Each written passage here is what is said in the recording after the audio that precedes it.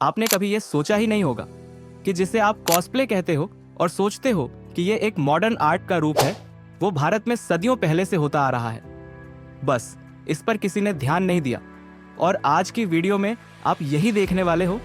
तो वीडियो बहुत मजेदार होने वाली है, इसीलिए वीडियो को पूरा जरूर देखना। पूरे 144 साल के बाद भारत में महाकुंभ का आयोजन इस वर्ष हो रहा है, जो 14 फरवरी से लेकर 26 जनवरी तक चलेगा।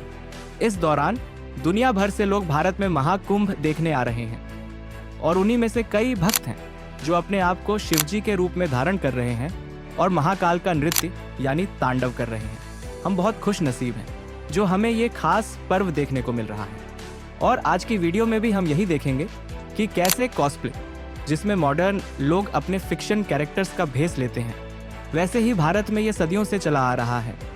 अब दुनिया में हर इंसान के दिल में एक खास किरदार बसता है। जापान से लेकर अमेरिका तक लोग अपने पसंदीदा एनिमे कैरेक्टर्स को कॉस्प्ले करते हैं। पर पहले समझते हैं कि कॉस्प्ले आखिर होता क्या है। कॉस्प्ले का मतलब है कॉस्ट्यूम प्ले। इसमें लोग अपने पसंदीदा किरदारों जैसे नारुतो, गोकू, लफ्फी या अन्य एनिमे कैरेक्टर्स की तरह तैयार होते हैं। यह सिर्फ कपड़े पहनने का काम नहीं है, बल्कि किरदार की भावनाओं और अंदाज को जीने का एक तरीका है। लेकिन भारत में हम कॉस्प्ले को एक अलग ही रूप में देखते हैं। अब ये कॉस्प्ले नाम तो आज पड़ा है, पर भारत में ये कई सालों से होता आ रहा है। यहाँ लोग अपने भगवानों के रूप में सजते हैं, जैसे शिव जी की जटाएं, उनके त्रिशूल और नीले रंग का रूप, या कृष्ण जी की बांसुरी और मोर मुकुट।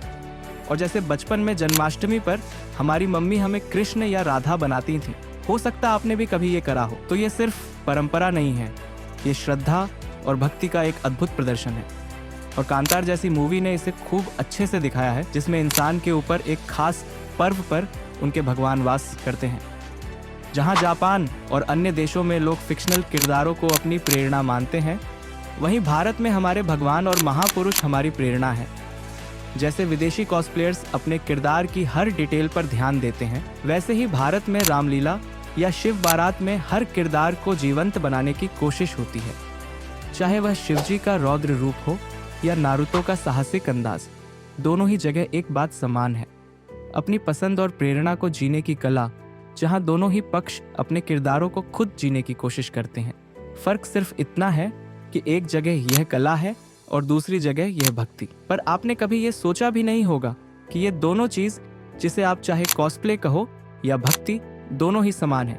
आज की पीढ़ी इस अंतर को खत्म कर रही है। भारतीय युवा जहां एनीमे कॉस्प्ले कर रहे हैं, वहीं रामलीला और शिव बारात जैसे आयोजनों में भी बढ़ चढ़कर भाग ले रहे हैं। ये एक अद्भुत संतुलन है, जहां कला और भक्ति एक साथ नजर आती है। तो चाहे आप गोकू बने या शिवजी, असली बात यह है कि आप अपने किरदार को दिल से निभाएं, क्योंकि आखिरकार हर कॉस्प्ले में छिपा होता है हमारा अपना विश्वास और अपनी कहानी। क्या आपने कभी कॉस्प्ले किया है या कभी किसी भगवान का रूप धारण करा है?